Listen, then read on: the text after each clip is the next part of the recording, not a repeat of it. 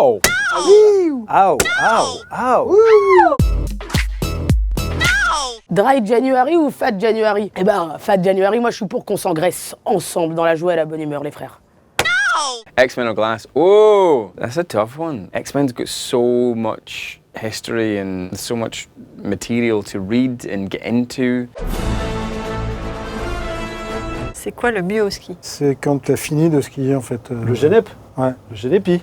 Ouais. Le petit Genep. On peut entendre un « Attention, concentrez-vous sur ma voix, vous êtes lourde et pesante, la tête lourde et pesante, vous dormez. » C'est quoi le plus relou au ski? Les gens qui se déguisent en vache sur les pistes. Ah oui, ça c'est atroce. Hein, en dinosaure. Ou là. en pénis géant. Es-tu devenue une bobo parisienne? Tellement, mais tellement. J'achète des baies de goji, je fais de la sophrologie, je commence à me mettre au yoga. La banlieue ne veut plus de moi. French sentence, you must know when you're in Paris. Où est le club libertine, s'il vous plaît? As-tu déjà hypnotisé pour draguer? Ma femme, c'était un de mes sujets sur scène. Je l'ai vu danser du Elvis dans un état d'hypnose sur ma scène. Par la suite, on s'est rencontrés. Peut-être que ça vient avec ça aussi, hein? La drague, c'est un peu ça, dans le fond, hein? Réussir à connecter avec l'autre personne. Joséphine, où prends-tu le plus de plaisir, devant ou derrière la caméra? Coincée entre les deux. C'était drôle, non? Ouais, c'était bien. How does it feel to shoot with Bruce Willis and Samuel L. Jackson? To work with Bruce and Sam was a little scary at first because not only are they great actors, they're also movie stars, but they're movie stars from when I was a little tiny boy. They seemed like superheroes back then too. La toute première personne que tu as hypnotisée, j'avais 9 ans. Un de mes amis, je lui parlais de l'hypnose, que j'apprenais tout ça dans un livre. Il dit à lancer de la foutaise. Alors j'ai fait un test avec lui. Je lui ai placé son bras dans cette posture et je lui ai raidi son bras tellement fort qu'il n'était plus en mesure de le plier. Il paraît que t'as failli être footballeuse professionnelle. Il s'est passé quoi? J'avais un vrai bon niveau, ils avaient sélectionné 2 filles, dont moi. Je devais partir aux États-Unis et ma mère a dit non. Elle a dit non, je vais faire des tagines, faut que je fasse grossir ma fille, c'est mon objectif de vie, donc je peux pas la laisser être une athlète outre-Atlantique, c'est mort. Ça donne quoi quand vous vous prenez pour... Edgar Gros-Piron. Ring, ring, ring, ring.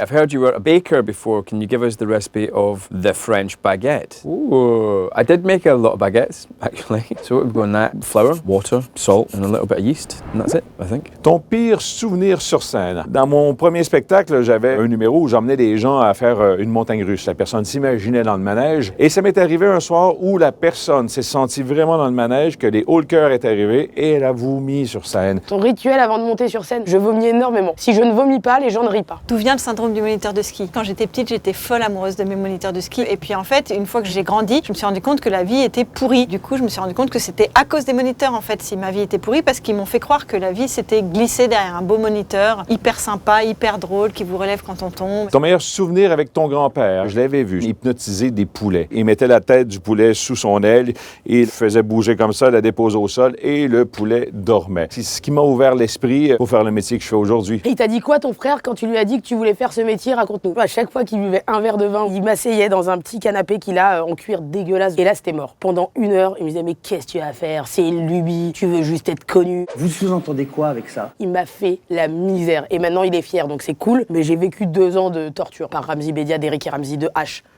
Pourriez-vous imiter l'accent d'un monsieur de la montagne? Je sais pas, peut-être comme ça. Allez, la station ferme. Faut se calmer là. Ça va, Charles? Ça va? Ça va, Charles? Your favorite French word? Putain. La personnalité que tu as préféré hypnotiser. Michael Youn, quand j'ai hypnotisé ici à Paris pendant qu'il dormait, et on l'a littéralement kidnappé et on l'a transporté jusqu'à Marrakech. On l'a réveillé là-bas tout seul. Michael, ça va? Qu'est-ce que vous faites ici, Michael? Ça a été un moment très marquant. Quel homme politique gagnerait à une course de descente? Là en ce moment, Emmanuel Macron est sur une piste jaune. Il paraît que t'aimerais être égérie d'une marque de biscuits, ça donnerait quoi?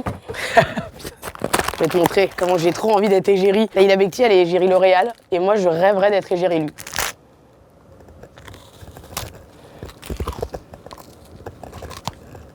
Le petit écolier pour tous les gens qui ont la bourse. Can you sing a French song for us, please? Ah, I could, but it's crap. Frère Jacques, dans mes vues, sonner la matina, ding dang dong, ding dang dong. Ça ne me fait pas peur, des sacrifices. S'il le faut, j'en ferai. J'en ai déjà fait, mais toujours le gras levé. Votre chanson préférée de Boney M? Terre brûlée au vent des landes de pierre.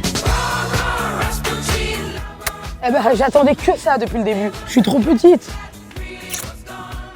Faire comme au cinéma, faut mettre la main. J'ai mangé un ceviche, du coup, je vous envoie. Voilà.